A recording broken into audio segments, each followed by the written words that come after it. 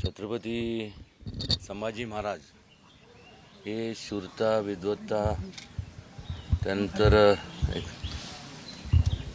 शौर्याचं एक चांगला राज्यकर्ता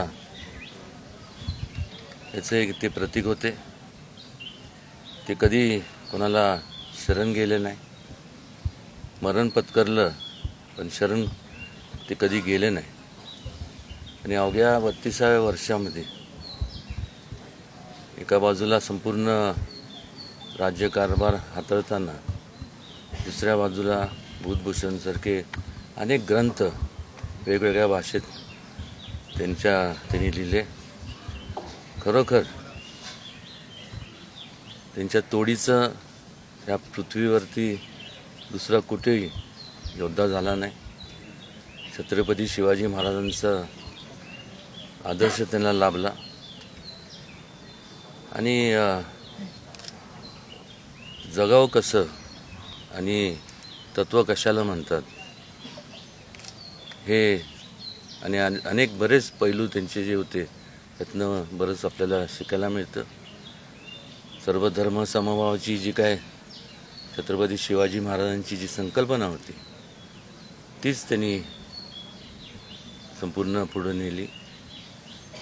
आजही त्यांच्या शूरता वीरता जेव्हा आपण वाचन करतो किंवा त्याचं आठवण येते त्यावेळेस अक्षरशः अंगावर शहारे उभे राहतात. आणि या ठिकाणी महाराजांचं जे काय हे स्मारक आहे संभाजी महाराजांचं, त्याला राष्ट्रीय स्मारकाचा दर्जा मिळावा आणि महाराष्ट्र शासनाने अधिकृतरित्या त्यांचा संभाजी महाराजांचा इतिहास प्रकाशित वेगवेगळ्या भाषांमध्ये करावा, जेणेकरून केवळ महाराष्ट्रात नाही तर महाराष्ट्राच्या बाहेर देखील वेगवेगळ्या राज्यामध्ये, देशभरात, त्याचबरोबर परदेशात सुद्धा संपूर्ण ते पोचला पाहिजे.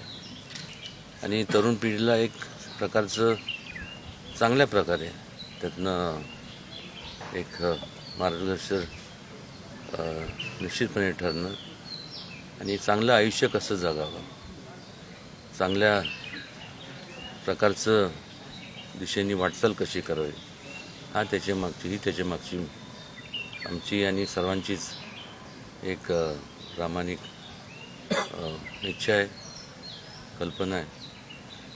आज 335व्या महाराजांच्या पुण्यतिथी निमित्त या ठिकाणी आवर्जून उपस्थित असले सर्व आणि जे या समाधी स्थळावरती जे उपस्थित नाही पण सर्व त्यांचे भक्त या सगळ्यांच्या वतीने की महाराजांना